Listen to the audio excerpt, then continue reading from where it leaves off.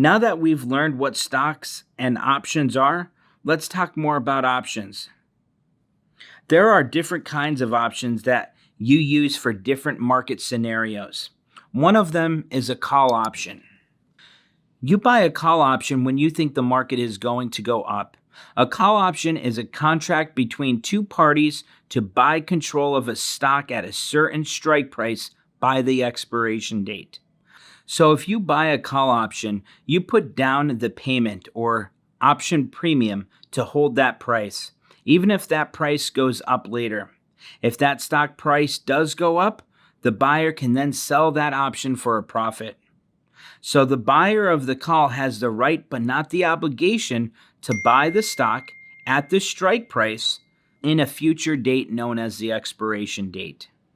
The other party, the seller of the call, has the obligation to sell the stock to the buyer at that agreed upon strike price if the buyer exercises that option. Wait, don't panic. I know it can sound very confusing, especially if you're new to all of this, but I'll make it easier for you. Let me give you an example so you can understand how it works when applied to real life. This is Mike. Mike wants to buy a house, and this is Lisa. She is selling her house for $100,000.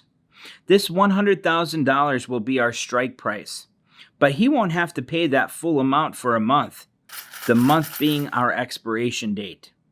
So he makes a deal with her, and he offers her $5,000, which would be our option premium. If she takes her house off the market right now until he has that full amount. So this deal gave Mike the right but not the obligation to buy that house for $100,000 anytime during that next month.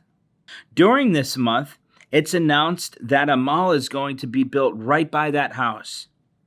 This makes the value of the house increase, and Mike's friend Jake tells him that he'd be willing to pay $150,000 for this house.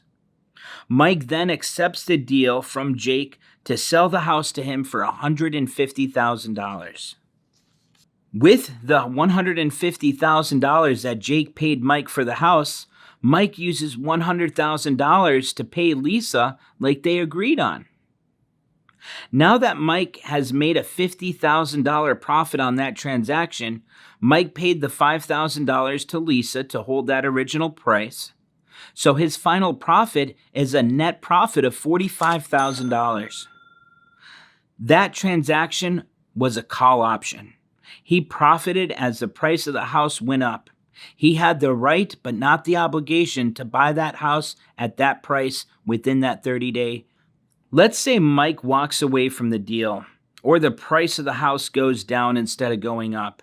Then Lisa would just keep that $5,000 that he paid her to hold on to the house for that 30 days.